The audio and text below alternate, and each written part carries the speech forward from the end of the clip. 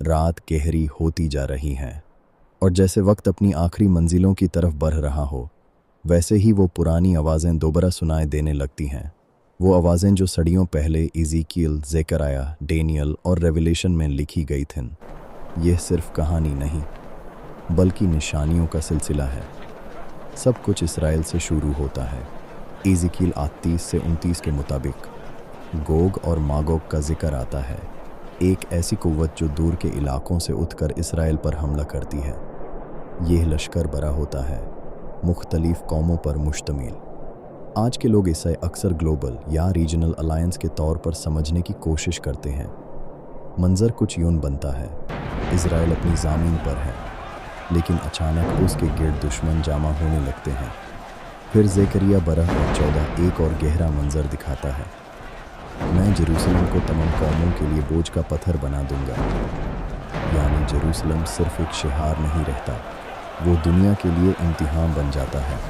हर कुव्वत उसमें हिस्सा लेना चाहती है, मगर हर कोई इसमें उलझ जाता है। और फिर लिखा है, तमाम कौमें जेरूसलम के खिलाफ जमा होंगी।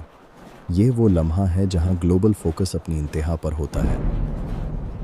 फिर कहानी में एक और लेयर ऐड होती है। डेनियल के मुताबिक आखिरी दौर में सियासी और रूहानी डिसेप्शन भी होता है। कुछ तफासिर कहते हैं कि एक ऐसा लीडर या निज़ाम उभर सकता है जो अमन का वादा करता है, एक मुआहिदा, एक पीस डील जो कुछ अरसे के लिए सुकून देता है।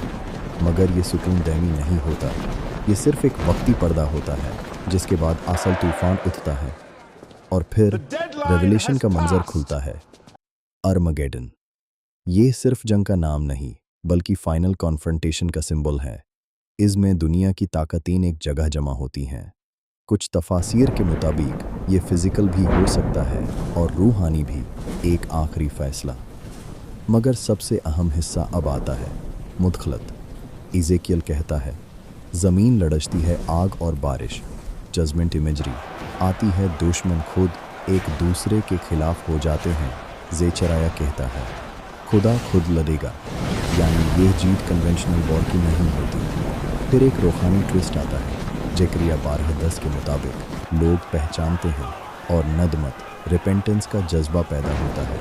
ये सिर्फ फिजिकल सर्वाइवल नहीं, बल्कि रूहानी बेदारी है। और फिर रेवलेशन के आखिरी अखबार एक नया मंज़र दिखाते हैं। बुरे का निज़ाम टूट जाता है, एक नया दौर शुरू होता है।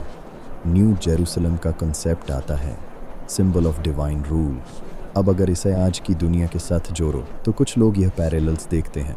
इज़राइल का केंद्र बन जाना, Zechariah, multiple threats slash alliances, Ezekiel, political deals slash temporary peace, Daniel, global escalation to revelation.